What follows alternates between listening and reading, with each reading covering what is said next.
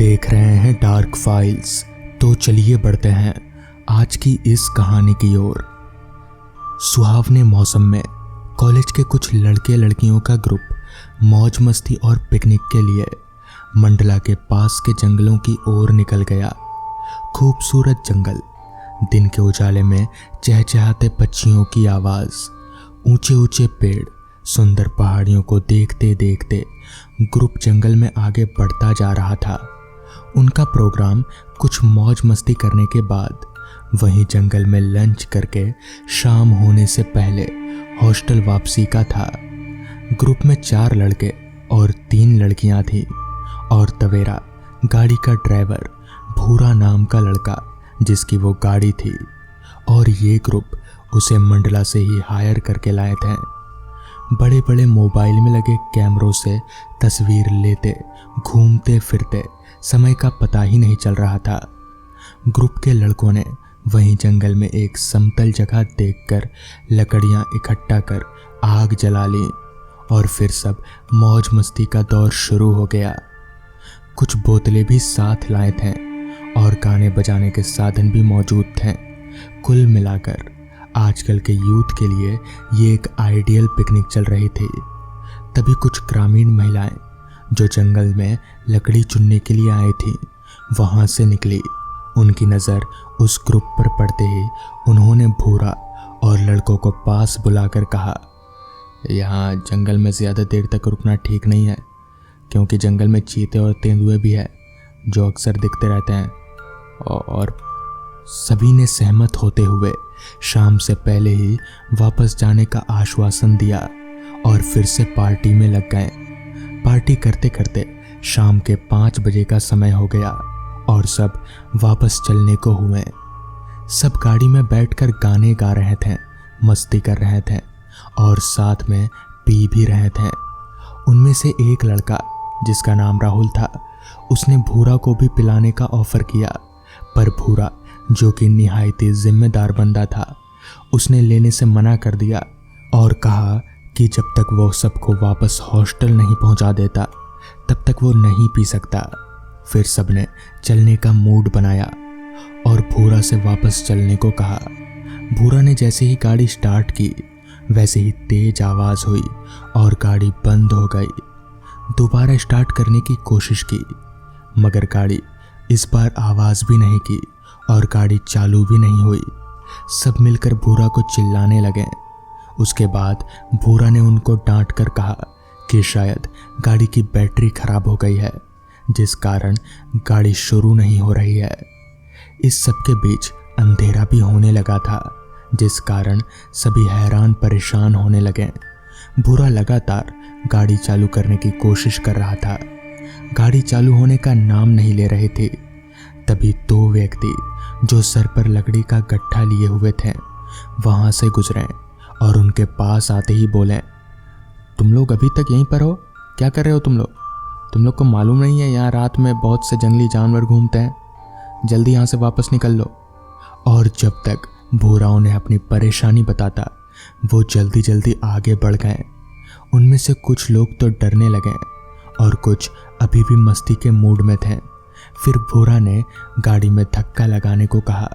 लड़कियां गाड़ी में ही बैठी रहीं और लड़के मिलकर गाड़ी को धक्का लगाने लगे, मगर गाड़ी ना शुरू होनी थी तो ना हुई। अब किसी को समझ नहीं आ रहा था कि अब क्या किया जाए। अंधेरा गहराता जा रहा था और गाड़ी चालू होने का नाम नहीं ले रही थी। जंगल से पास का गांव भी बहुत दूर था। थक हार कर भूरा ने कहा, आप लोग गाड़ी में ही बैठिए, मैं बाहर जाकर मदद या कोई मैकेनिक लाने की कोशिश करता हूँ।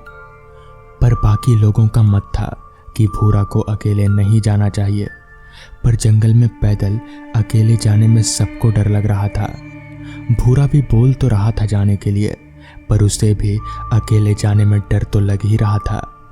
अचानक से राहुल बोला, देखो शायद किसी के मोबाइल में टावर हो, तो मंडला सिटी में किसी से मैकेनिक बुलवा लें या फिर कोई दूसरी गाड़ी ही मंगा लेते हैं। शाम के 7 बज चुके थे। अंधेरा पूरी तरह से हो चुका था। अचानक से प्रिया जो सबसे ज्यादा घबरा रही थी, उसे दो चमकती हुई आंखें दिखाई दी और उसके मुंह से जोर से चीख निकल गई। चीख सुनकर सब डर गए और उसकी तरफ देखने लगे कि क्या हुआ। उसने डरते डरते उन आंखों की तरफ इशारा किया जो धीरे धीरे पास आती जा रही थी। इससे पहले सब डरे हुए थे और उन चमकती हुई बड़ी बड़ी आंखों को देखकर सब और भी ज्यादा डर गए और हड़बड़ा गए। भूरा चिल्लाया, सब जल्दी से गाड़ी में बैठो और शीशे दरवाजे बंद कर लो। सब फटाफट गाड़ी में बैठ गए और दरवाजे शीशे जल्दी जल्दी बंद कर लिए और उस तरफ देखने लगे जहां वो आंखें दिखाई दे रही थी। धीरे धीरे वो आंखें आगे बढ़ती जा रही थी और झिंगुरों की आवाज और उस वातावरण को और भी ज्यादा डरावना बना रही थी। दूर कहीं से सियार की हूं की आवाज भी आ रही थी। कुल मिलाकर वातावरण इतना डरावना हो गया था कि सब दम साधे उसी ओर देख रहे थे। प्रिया उस घड़ी को कोस रही थी जब उसने राहुल के कहने पर इस ट्रिप पर आने का प्रोग्राम बनाया। भूरा मोबाइल से अभी भी कॉल लगाने की कोशिश कर रहा था, पर एक राहत थी कि सब गाड़ी के अंदर थे और अपने आप को सेफ समझ रहे थे। क्या लगता है कौन सा जानवर होगा? प्रिया ने कहा। कुछ भी हो सकता है, राहुल बोला। शायद कोई बिल्ली होगी। तभी अंकुर पीछे से बोला, शेर या चीता भी हो सकता है क्योंकि उनकी आंखें भी अंधेरे में चमकती है। अंकुर उन सब में से सबसे लंबा चौड़ा और निडर व्यक्ति था। उसने कहा, यहाँ कितनी देर गाड़ी में यूं ही बैठे रहेंगे? हमें हॉस्टल जाने के लिए किसी न किसी से संपर्क तो करना ही होगा। तब तक भूरा, जो कॉल लगाने में व्यस्त था, उसने कहा कि उसकी बात मंडला में रहने वाले उसके भाई से हुई है और वो उन्हें लेने के लिए यहाँ आ सकता है, पर वो भी अभी दूसरी गाड़ी लेकर किसी कस्टमर को नर्मदा जी के दर्शन कराने गया है, जिस कारण उसको निकलने में कम से कम 1.5-2 घंटे का समय लगेगा। उतनी देर तो हमें जंगल में ही कटाना पड़ेगा, या फिर यहाँ से निकलने का कोई दूसरा तरीका है कि हम एक साथ पैदल चलें और सब साथ रहेंगे तो डर भी नहीं लगेगा और कोई जानवर अचानक से हमला भी नहीं करेगा। लेकिन उनमें से प्रिया और जो 2 लड़कियां नेहा और शिविका थीं, वो गाड़ी से उतरने को तैयार नहीं थी। उनका ध्यान अभी भी उन आंखों पर ही था जो वापस जंगल की ओर जा चुकी थी, या यूं कहें तो कि अब वो नजर नहीं आ रही थी। अंकुर ने कहा कि वो जो कोई भी है अब वो जा चुका है, अब हम यहाँ से निकल सकते हैं। तभी राहुल, सौरभ और चेतन तीनों एक साथ बोले कि हमें गाड़ी से नहीं निकलना चाहिए। हो सकता है वो जानवर कहीं आसपास हो और बाहर निकलते ही हम पर हमला कर दे। पर हम यहाँ ऐसे कब तक बैठे रहेंगे? अंकुर परेशान होकर बोला। रिलैक्स दोस्त, हम सब साथ हैं और गाड़ी के अंदर सेफ भी हैं। बस कुछ देर की तो बात है। भूरा का भाई तो हमें लेने आता ही होगा। तब तक हम अपनी ट्रिप को एंजॉय करते हैं। देखो, अभी तो खाने के लिए काफ़ी सारा सामान और पीने के लिए भी है, राहुल बोला। ये बोलते हुए उसने एक बियर की बोतल और स्नैक्स का पैकेट उठा लिया। उसको देखकर अंकुर ने भी चिप्स का पैकेट उठा लिया, पर लड़कियों को कौन समझाए, वो तो अब और ज़्यादा घबरा रही थी। सबसे ज़्यादा तो प्रिया, जो राहुल को डांटते हुए बोलती है कि उसी की वजह से वो लोग इतनी रात को सुनसान जंगल में फंस गए हैं। वो जिद ना करता तो वो यहाँ आती ही नहीं। यही सब लड़ना झगड़ना, रूठना मनाना करते हुए सब गाड़ी के अंदर बैठे हुए थे और समय काट रहे थे। तभी अचानक राहुल ने गाड़ी का दरवाज़ा खोल दिया और नीचे उतरने लगा। सभी उस पर चिल्लाए कि नीचे क्यों उतर रहा है, मगर वह कहाँ किसी की सुनने वाला था। राहुल जैसे ही गाड़ी से उतरा कि एक अजीब से जानवर ने उस पर हमला कर दिया और उसे घसीटते हुए जंगल की ओर ले जाने लगा। सबने देखा कि ना तो वो कोई शेर है और ना ही कोई तेंदुआ, बल्कि वो कुछ और ही था। उसके सिर पर 2 सींग थे। उसका शरीर तो इंसान जैसा था, मगर उसका सिर किसी जानवर जैसा। लेकिन तभी वहां पर पास ही के कस्बे के लोग आ पहुंचे। उन्होंने अपने साथ लाई जलती मसालें उस जानवर या उस इंसान पर डाली और ऐसा करते ही वो हवा में धुआं हो गया। दरअसल वहां से गुजरने वाले लोगों ने उन्हें गाड़ी के खराब होने के बारे में सुन रखा था, तो वो लोग मदद करने के लिए आए थे। राहुल को गहरी चोट लगी मगर वो ठीक था। फिर उन लोगों ने बताया कि दरअसल वो एक नर पिशाच था जो इस जंगल में कई सालों से भटक रहा है और हमेशा शिकार की तलाश में रहता है। जब तक भूरा का भाई नहीं आ गया तब तक कस्बे वाले उनके साथ ही रहे और फिर वो लोग वहां से निकल गए। तो दोस्तों, ये थी आज की पहली कहानी। तो चलिए बढ़ते हैं आज की दूसरी कहानी की ओर। मैं कलकत्ता में अपनी नौकरी के सिलसिले से रोज सुबह के 5:40 की लोकल पकड़कर आता और शाम 6 बजे की लोकल पकड़कर घर जाता। मेरा यही नियम पिछले 10 सालों में छुट्टी का दिन छोड़कर शायद ही कभी टूटा था। मेरी गांव वालों से छुट्टी के दिनों में ही मुलाकात हो जाया करती है, शायद इसीलिए कि इसमें इनकी उत्सुकता प्रदेश की वास्तविकता जानकारियों के लिए ज़्यादा होती है और मेरी उत्सुकता उनसे मिलने की, शायद अपने गांव की सारी बातें जानने की कोशिश करने का हिस्सा मात्र है। काफ़ी दिनों से कुछ अजीब सी कहानी गांव वालों से सुन रहा हूँ और उसे अपने परिवार से छुपाया है ताकि वो डर ना जाएं, क्योंकि वो तकरीबन 10-12 घंटे घर में अकेले रहते हैं। बात तकरीबन जुलाई-अगस्त की थी। हमारे ऑफिस में बहुत व्यस्तता थी क्योंकि कुछ दिनों में ही ऑडिट टीम आने वाली थी। कंपनी ने कहा था कि चाहे कुछ भी हो जाए सारे हिसाब किताब बराबर होना चाहिए। हम लोग कुछ ज़्यादा ही मेहनत कर रहे थे कि उनके आने से पहले ही हमारी सारी चीज़ें सटीक हो जाएं। व्यस्तता के चलते हम लोग अपना काम 9 बजे से लेकर 9:20 की ट्रेन पकड़कर घर के लिए निकल जाते थे। एक दिन की बात है, रात को कई फाइल को पूरा करना था। अंततः हमें काम खत्म करे हुए करीब 11 बज गए और हमें घर जाने के लिए 11:10 की लोकल पकड़नी पड़ेगी। पूरी तेजी से दौड़ते हुए आकर बामुश्किल ट्रेन पकड़कर मैं घर चल दिया।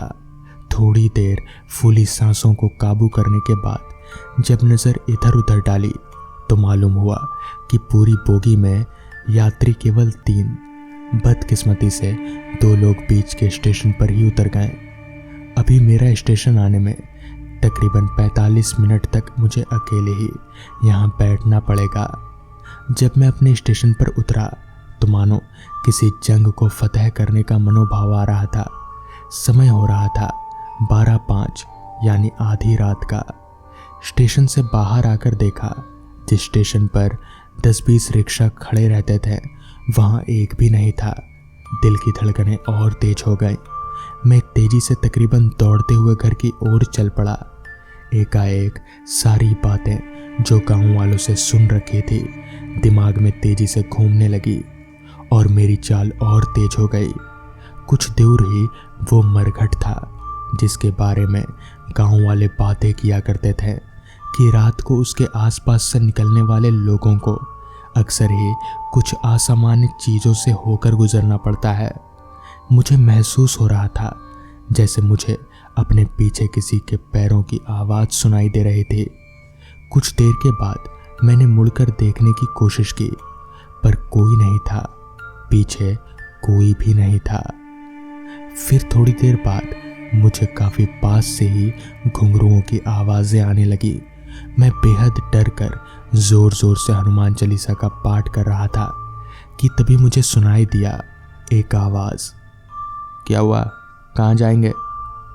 देखा एक रिक्शा वाला था। पायल की आवाज़ उसके रिक्शे के पहिए में लगे घुंघरुओं से आ रही थी। थोड़ा आश्चर्य होकर अपने घर का पता देकर बैठ गया। उससे ये भी नहीं पूछा कि कितने पैसे लेगा। थोड़ी दूर जाकर उसने सवाल किया, क्या बात है बाबू, कुछ डर लग रहा था क्या? मैंने अपने आप को इतनी देर में थोड़ा समेट लिया था। मैंने कहा, नहीं तो मैं भूत प्रेत पर विश्वास नहीं रखता।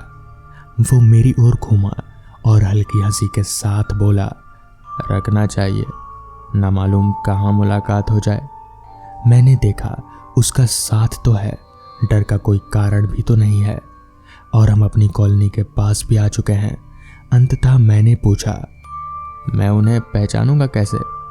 इस बात पर रिक्शा चालक ने रिक्शे को एक तरफ रोक दिया और फिर अजीब सी आवाज में बोला, अगर कोई भूत हो तो उसके पैर उल्टे होते हैं। मैंने प्रश्न किए, उल्टे पैर, वो क्या होता है?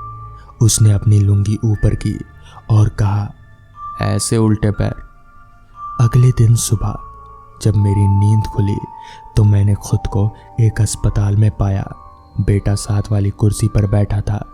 देखते ही बोला, क्या हुआ था आपको? कॉलोनी के गेट पर बेहोश पड़े मिले चौकीदार को। उसके कहने पर हम लोग आपको उठाकर हॉस्पिटल ले आए।